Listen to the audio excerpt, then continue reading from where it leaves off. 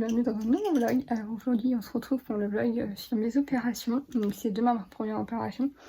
Donc là je voulais vous filmer déjà ce que j'emmène un peu dans mes valises tout simplement. Parce que là je viens de faire les valises parce que ce soir je dors...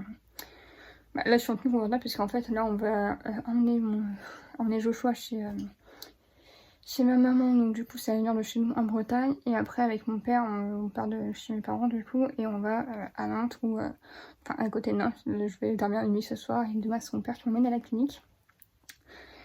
Donc là je vais vous montrer un peu ce que je prends. Parti. Alors du coup voilà ma valise. Donc ça c'est mes sous-vêtements. Il n'y a pas grand chose. Donc ça c'est mon t-shirt pour demain et après-demain sûrement. J'ai pris des serviettes si jamais si j'en ai besoin. Mon iPad que j'ai téléchargé des trucs parce que je prends pas le wifi à la clinique, c'est cher. J'ai un pantalon. Mon bain de bouche parce que comme j'ai eu un positif, un test que j'ai fait au pré-op, j'ai tout un protocole à suivre dans l'opération tout simplement. De l'autre côté j'ai ma couverture parce que je supporte pas les draps à l'hôpital. Dedans j'ai là j'ai mon cadre que j'avais fait, voilà, les photos de Michael. Là j'ai un t-shirt de pyjama, une chemise de nuit, mes chaussons, mes protège-pieds, mes écouteurs, mon chargeur, voilà. Et du coup en plus j'ai pas la place de tout mettre dans ma valise parce que ma trousse chouette, faudrait que j'en trouve une qui rentre dans ma valise. Ça fait ça que je vais accrocher quelque part. Ça c'est ma veste, ça c'est du coup c'est mon ancien neurostimulateur et tout, le chargeur et tout. Ils m'ont pas dit s'il fallait que je le ramène ou pas, donc je prends tout. Et du coup en plus j'ai mon sac à dos. Et du coup dans mon sac à dos, là j'ai mes papiers. Là j'ai ma trousse chouette qui va avec mon sac à dos en fait, c'est un truc. Et là devant je vais pas ouvrir mais c'est tout ce qui est médicaments et tout ce dont j'ai besoin.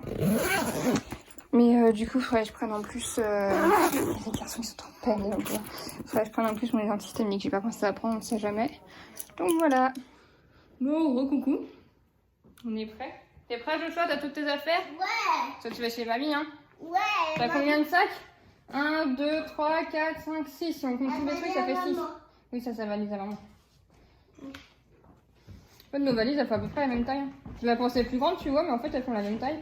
Je disais que je voulais une valise au-dessus de la taille de Joshua, mais... Ouais, on va poser. Du coup, c'est un peu de bazar si vous voulez me faire le ménage quand on est là. Et moi, j'ai un look assez approximatif. T'es heureux, hein? Tu montres mon sac à dos? Attends.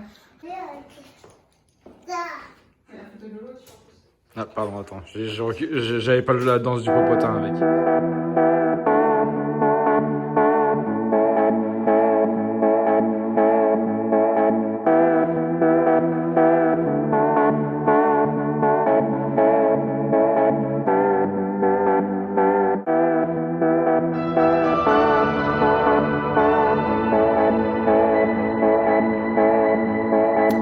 Bon, je vous reprends en face caméra parce que tout ce que j'ai filmé à la clinique, j'étais pas toute seule dans ma chambre, donc voilà, c'était en mode...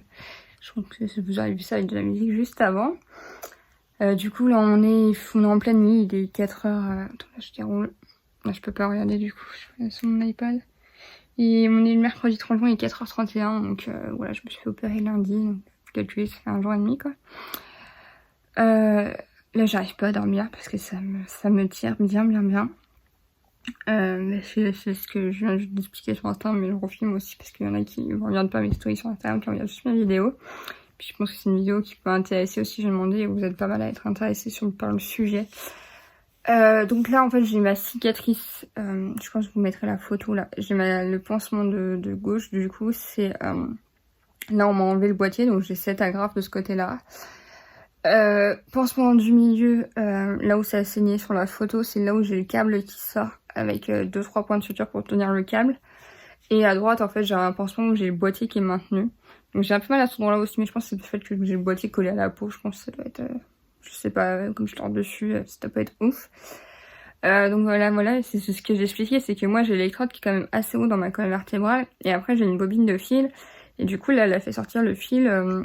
moitié milieu, moitié en bas à droite, et du coup je sens le fil tirer en fait, donc je suis très limitée au niveau mouvement. Et en plus d'habitude je dors sur le côté où j'ai mon neurostim, quoi, où j'ai mon boîtier, parce que si je dors en fait sur le côté droite, c'est comme s'il tombait dans le vide en fait, comme il est vous voyez, quand je suis sur le côté, comme il est là, et c'est un peu comme s'il y avait moyen qui me maintenait, donc c'est gênant pour dormir, je préfère dormir dessus, comme ça il est bien maintenu.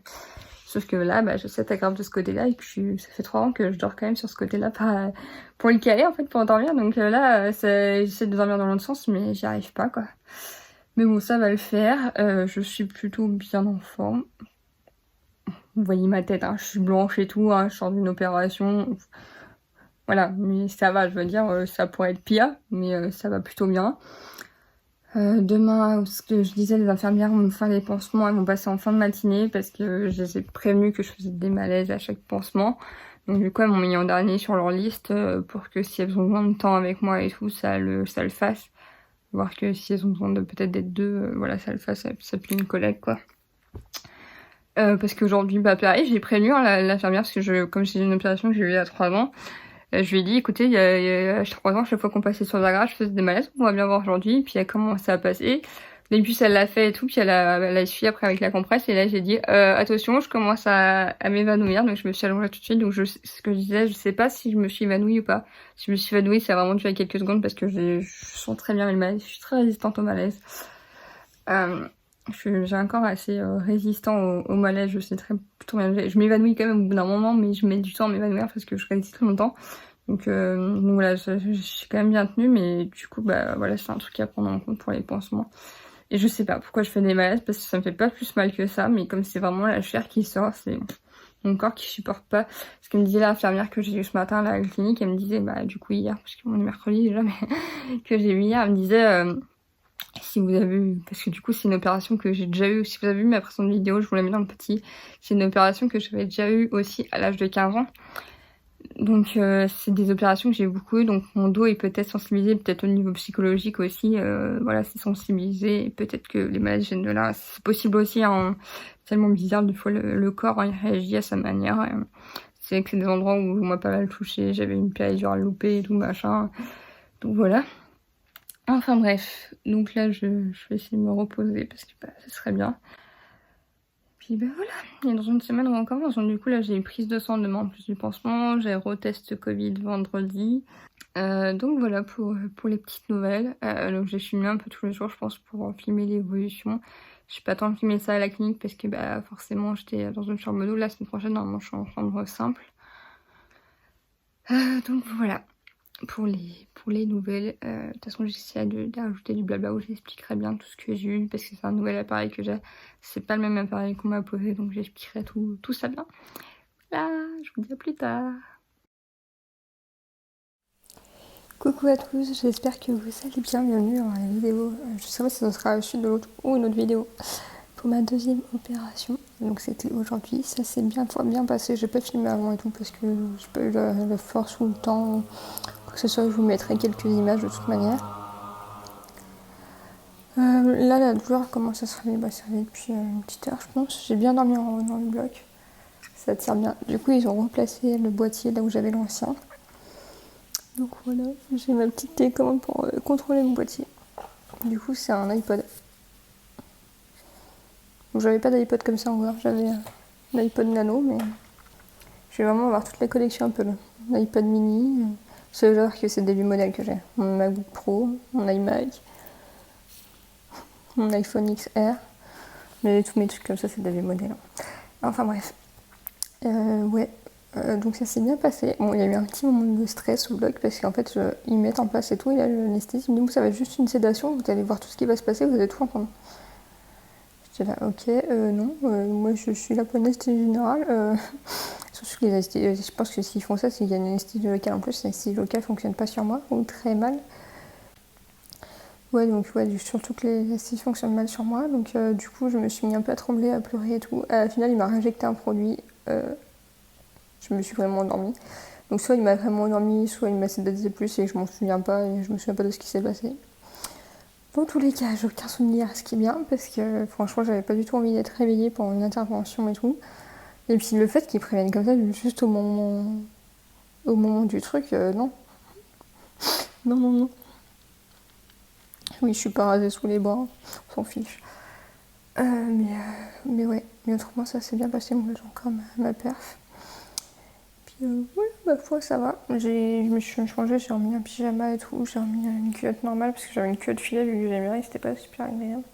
Je suis full la bétadine partout parce que j'en ai plein le dos. Là j'ai mangé. Et puis voilà. Autrement bah, je me repose parce que c'est fatigant quand même. Et voilà. Et en plus je suis dans une chambre que j'avais déjà été avec une copine. Bah, j'ai été pendant longtemps quand j'avais 15 ans ici, quand j'ai passé 4 mois ici, j'étais longtemps dans la chambre au bout du couloir, là, 364 si je me trompe pas. Et à un moment il y avait trop de monde dans la clinique que je m'avais passé avec une autre fille. Et du coup là je suis dans cette chambre là, ça fait trop bizarre. Et qui maintenant ils vont vraiment passer en chambre double parce qu'à l'époque c'était une chambre simple, on avait mis à deux dedans parce qu'il n'y avait pas cette place. Et maintenant ils vont vraiment rajouter une armoire et tout, ils ont vraiment pas choisi en chambre double, ça fait chelou. Bon allez, je vais me reposer et je vous dis à plus tard. Petit update du vlog. Je chuchote parce que il est 22h et quelques je crois. Ça tire pas mal. Il m'a donné une poche de glace mais